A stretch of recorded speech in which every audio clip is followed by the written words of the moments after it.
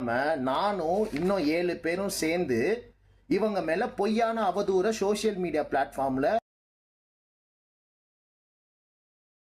Spread பண்றோமா இவங்க ரெப்யூட்டேஷனை உடைக்கிறதுக்காக.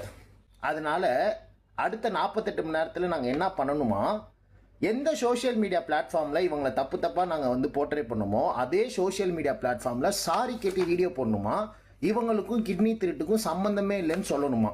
ஓகேவா? அது மட்டும் இல்லாமல் எந்தெந்த யூடியூப் சேனல்லாம் இன்டர்வியூ கொடுத்தோமோ அந்த யூடியூப் சேனல் இன்டர்வியூஸ்லாம் டெலீட் பண்ணணுமா. இதை கூட விட்டுருங்க, மேடம் இன்னொன்று சொல்லியிருக்காங்க, பர் ஹெட் 50 லட்ச ரூபா நஷ்ட ஈடு கொடுக்கணுமா. டிஃபமேஷன் கேஸ், இவங்க ரெப்யூட்டேஷனை நாங்கள் உடைச்சிட்டோமா. 48 மணி நேரம் இல்லை, 48 நாள் ஆனாலும் சரி, 48 வருஷம் ஆனாலும் சரி, உங்களை உள்ள தள்ளாமல் நாங்கள் ஓயிறதா இல்லை. ஏன்னா இந்த மாதிரி அட்வொகேட் ஆஃபீஸ்லேருந்து நோட்டீஸ் விடுறது இதெல்லாம் எங்களுக்கு வேணாம். ப்ராப்பர் வீடியோ ஒன்று வேணும், இல்லை ப்ரெஸ் மீட் ஒன்று வேணும். எனக்கும் புரோக்கர் ஷர்மிக்கும் சம்பந்தமே இல்லை அப்படின்னு ஒன்று சொல்லணும். இல்லை ஷர்மி என்னோட ஃப்ரெண்டு தான்.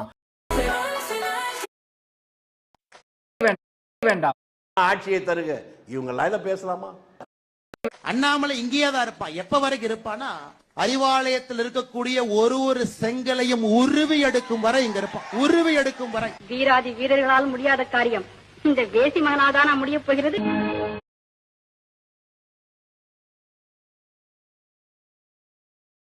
அது என்ன சொல்றாங்க நமக்கு தெரிஞ்சுக்கலாமா? இந்த வீடியோ பாருங்க. பெண்கள், குழந்தைகள் மற்றும் முதியோர் நலனில் அவர்களின் பாதுகாப்பில் அக்கறை செலுத்துவதே நம் தமிழக வெற்றி கழகத்தின் அடிப்படை நிலைப்பாடு. யார் நீ? நல்ல புருஷனா இருக்கிறதுக்கு உனக்கு பிள்ளை, நல்ல மகனா இருக்கிறதுக்கு உனக்கு பிள்ளை, நல்ல அப்பனா இருக்கிறதுக்கு கூட உனக்கு பிள்ளை. நீ தமிழ்நாடு மக்களுக்கும் தமிழ்நாடு பெண்களுக்காக நீ கட்சி ஆரம்பிச்சிருக்க, பெண்கள் உரிமைக்காக கட்சி ஆரம்பிச்சிருக்க, பெண்கள் சேஃப்டிக்காக கட்சி ஆரம்பிச்சிருக்க. இந்த டிவி கட்சி பெண்களுக்காக தான்.